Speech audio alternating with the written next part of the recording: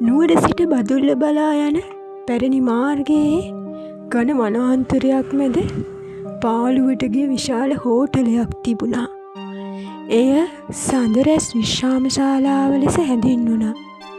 වසර 40කට පෙර එය සුප්‍රසිද්ධ නවාතැන්පලක් වුවද එක් රාත්‍රියක සිදු වූ අභිරහස් ගින්නකින් පසු සදහටම වසා දමා තිබුණා. එතැන් සිට ගම්වැසියන් අතර අමුතු කතාවක් පැතිර ගියා. වැසි වැටෙන රාත්‍රියක කාමරාංක 9 ආලෝකයක් දැල්වෙනවා. ජනේලය අසල සුදු කමිසයක් ඇඳගත් මිනිසෙක් නිහඬව පිටත බලාගෙන ඉන්නවා. අද්භූත ස්ථාන ගැන රිසර්ච් කරන කවිඳුට මේ කතාව අසන්න ලැබුණු විගස ඒ සොයා බැලීමට උනන්දුවක් ඇති වුණා. ඔහු තම මිතුරියව නෙත්මිටද කිව්වා. නෙත්මි මදක් සැකයෙන් ඔහු දෙස බැලුවා. කවිඳු හැම කතාවක්ම බොරු නෙවෙයි. සමහර දේවල් හොයන්න යන්නේක හොඳ නැහැ. බයද? නෑ, ඒත් හිතට අමුතුයි. දෙදිනාම කැමරා ටෝච් ආහාර සහ නිදා ගැනීම සඳහා අවශ්‍ය දේවල් රැගෙන එදිනම ගමන පිටත් වුණා. හවස 6ට පමණ ඔවුන් හෝටලය ආසන්න කුඩා ගමට පැමිණියා. තේ කඩයක් අසල වයසක මිනිසෙක් ඔවුන් දෙක විමසිලිමත් ලෙස බැලුවා. පුතාලා ඔය අර පරණ හෝටලයට යනවද? ඔව් සීයේ, කවිඳු පිළිතුරු දුන්නා. වයසක මිනිසාගේ මුහුණ වහාම වෙනස් වුණා. රෑ එතන ඉන්න එපා. එතන තවමත් අමුත්තෝ ඉන්නවා. අමුත්තෝ? ඔව්, ජීවතුන් අතරේ නැති අමුත්තෝ. නෙත්මි සීතලෙන් වෙවුලුවා. සීයේ, ඇත්තටම මොකද වුනේ? වයසක මිනිසා ගැඹුරු හුස්මක් ගත්තා. මම ඒ හෝටලේ සේවකයෙක්. එදා රෑ ගින්නක් ඇති වුණා කියන එක බොරුවක්. මිනිස්සු කිහිප දෙනෙක් අතුරුදහන් වුණා. ඒත් කවුරුවත් ඒ ගැන කතා කළේ නැහැ. ඇයි? මිනිස්සු බය වුණා. ඔහුගේ හඬ වෙව්ලිය. ඔයාලා යනවනම් උදේ වෙනකම් එතන ඉන්න එපා. කවිඳු සිනාසුනද නෙත්මිගේ හිතේ අමුතු බියක් ඇති වුණා. හිරු බැස යන විට ඔවුන් හෝටලය වෙත පැමිණියා. විශාල ගොඩනැගිල්ල අඳුරින් වැසී තිබුණා. කැඩී ගිය ජනේල අතරින් හුළඟ හමා යමින් විලාපයක් වැනි හඬක් ඇති කළා. කවිඳු කැමරාව ක්‍රියාත්මක කළා. අපි දැන් ඉන්නේ ශ්‍රී ලංකාවේ අද්භූතම හෝටලයක් ඇතුලේ. ඔහුගේ වචන අවසන් වීමටත් පෙර ඉහළ මාලේ පාද ශබ්දයක් ඇසුණා. ටක් ටක් ටක්. දෙදෙනාම නිශ්ශබ්ද වුණා. කවිඳු, ඒ මොකද්ද? හෙමින් බලමු. ඔවුන් පඩිපෙළ නැග ඉහළට ගියා. දිගු කොරිඩෝරේ අවසානයේ කහ පැහැති ආලෝකයක් දිස්වුණා. එය කාමරාංක 9. දොර යටින් ආලෝකය පිටතට පැමිණෙමින් තිබුණා. කවිඳු සෙමින් දොර විවෘත කළා. කාමරය තුල උණු තේ කෝප්පයක් මේසය මත තිබුණා. එකවරම පිටුපසින් ගැඹුරු හඬක් ඇසුණා. මම ඔයාලා එනකම් ගොඩක් කල් බලාගෙන හිටියා. දෙදෙනාම හැරී බැලුවා. දුර අසල සුදු කමිසයක් ඇඳගත් වයසක මිනිසෙක් සිටගෙන හිටියා. ඔහුගේ මුහුණේ පිලිස්සී තිබුණා. මම මේ හෝටලයේ අවසාන අමුත්තා.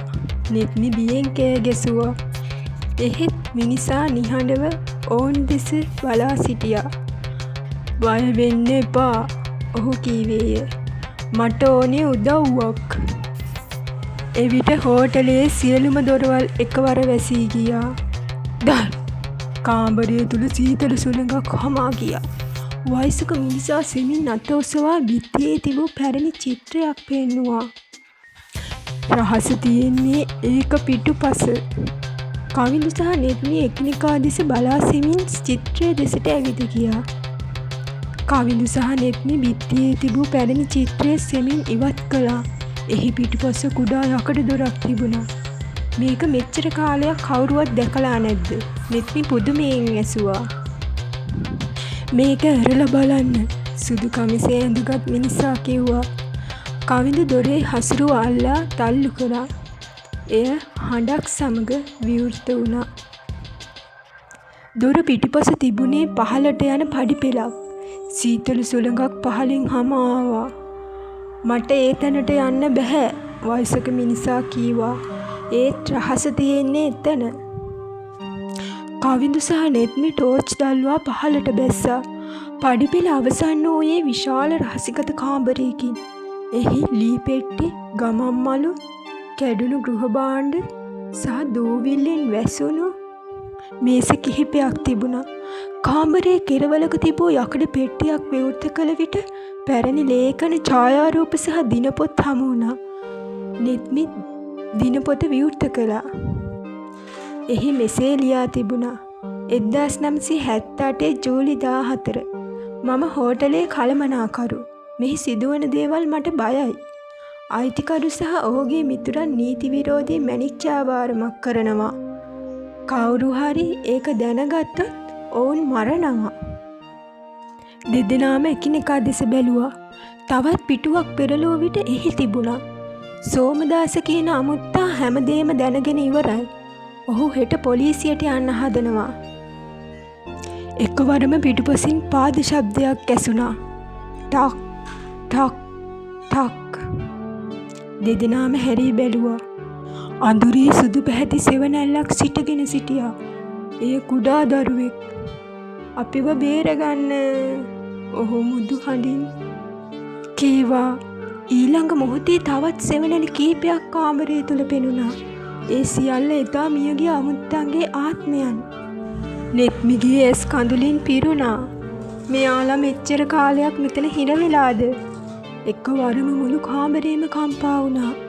ඉහළින් විශාල ශබ්දයක් ඇසුණා.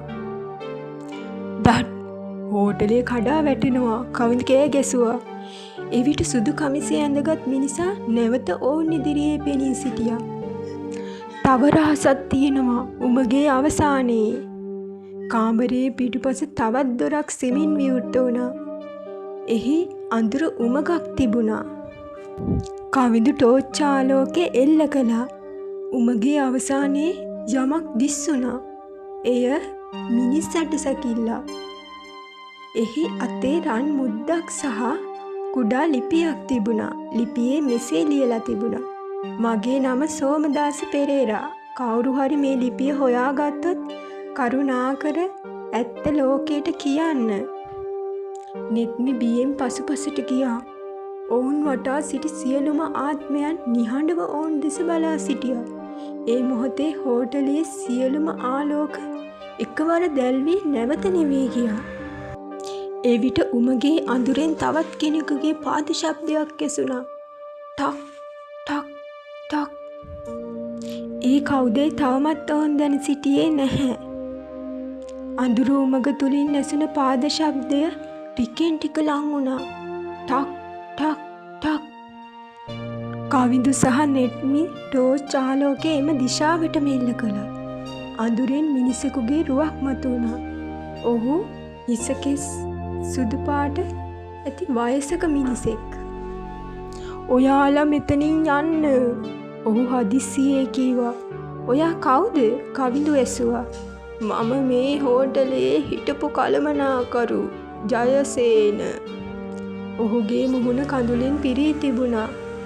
අවුරුදු 40ක් තිස්සේ මම මේ රහස හිතේ තියාගෙන ජීවත් වුණා. ජයසේන හිමින් කතා කිරීමට පටන් ගත්තා. එදා රෑ හෝටලේ අයිතිකරු සහ ඔහුගේ මිතුරන් මැණික්චාවාරමක් කරමින් සිටියා. සෝමදාස මහත්තයා ඒ ගැන දැනගත්තා. ඔහු පොලිසියට යන්න හැදුවා.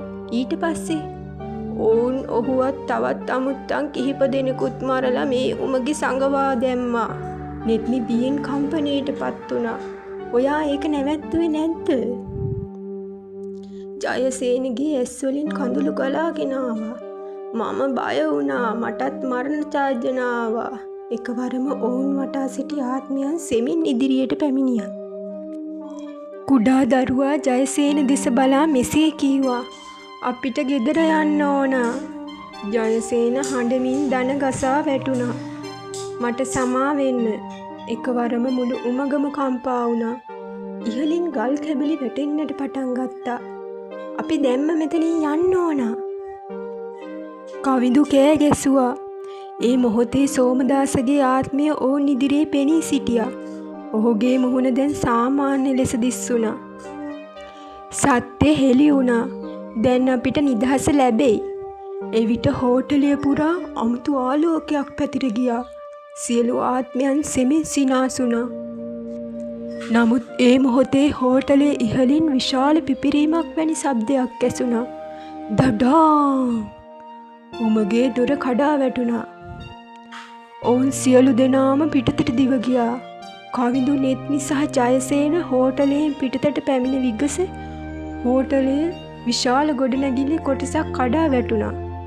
අහස පුරා අකුණු ගැසිමින් තිබුණා. සෝමදාස සහ අනෙක් ආත්මයන් හෝටලේ ජනේල අසල පෙනී සිටියා. ඔවුන්ගේ මුහුණුවල බියක් තිබුණේ නෑ. හෝටලය සම්පූර්ණයෙන්ම නිශ්ශබ්ද වුණා. පසුදා උදෑසන පොලිසිය සහ පුරාවිද්‍යා නිලධාරීන් එම ස්ථානයට ආවා. උමග තුල තිබූ අස්ථි ලේඛන සහ පැරණි දිනපොත් මගින් වසර 40ක් පැරණි අපරාධය සත්‍ය බව තහවුරු වුණා. සෝමදාස පෙරේරා සහ අනෙක් අමුත්තන්ගේ සිරුරු නිසි ලෙස ගෞරවයෙන් භූමි දාන කරා. ජයසේන සහ තම ජීවිතයේ තිබූ ලොකුම රහස හෙළි කළ නිසා සිතට සැනසීමක් ලැබුණා. කවිඳුගේ වීඩියෝව රට පුරා ප්‍රසිද්ධ වුණා. නමුත් වීඩියෝව සංස්කරණය කරන විට ඔහු අමුතු දෙයක් දැක්කා. අවසාන දර්ශනයේ කඩා වැටුණු හෝටලේ ජනේලයක් අසල සෝමදාස සහ කුඩා දරුවා නැවතත් පෙනී සිටියා. ඊළඟ තප්පරේ ඔවුන් සදහටම අතුරුදහන් වුණා. අදටත් වැසි වැටෙන රාත්‍රියක එම ස්ථානය අසලින් යන අයට සුළඟ අසලින් මුදු හඬක් ඇසෙන බව කියනවා. ස්තුතියි. අපි දැන් නිදහස්.